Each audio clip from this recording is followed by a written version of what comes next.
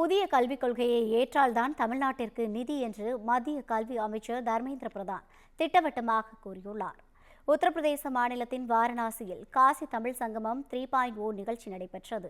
விழாவில் பங்கேற்ற பிரதானிடம் தமிழ்நாட்டிற்கு கல்வி நிதி வழங்காதது குறித்து செய்தியாளர்கள் கேள்வி எழுப்பினர். இதற்கு பதிலளித்த அவர், தமிழக அரசு அரசியல் காரணத்திற்காக புதிய கல்விக் கொள்கையை ஏற்க மறுப்பதாக குற்றம் சாட்டினார். மும்மொழிக் கொள்கையை பிற மாநிலங்கள் ஏற்கும்போது தமிழக அரசு ஏன் ஏற்க மறுக்கிறது என கேள்வி எழுப்பிய அவர், தேசிய கல்விக் கொள்கையில் தமிழை படிக்கக்கூடாது என்று மத்திய அரசு சொல்லவில்லை என்று கூறினார். இந்த விவகாரத்தில் தமிழ்நாடு அரசு மட்டும்தான் இருமொழிக் கொள்கை என்று மக்களை குழப்புவதாகவும், அதனை ஏற்காத பட்சத்தில் தமிழ்நாட்டிற்கு 2152 கோடி ரூபாய் கல்வி நிதியை விடுவிக்க சட்டத்தில் இடமில்லை என்றும் அவர் விளக்கமளித்தார். தமிழ்நாடு அரசு நாட்டின் அரசியலமைப்பு சட்டத்திற்கு உட்பட்டு தேசிய கல்விக் கொள்கையை ஏற்றால் மட்டுமே நிதி வழங்கப்படும் என்றும் மத்திய அமைச்சர் தர்மேந்திர பிரதான் திட்டவட்டமாக தெரிவித்தார்.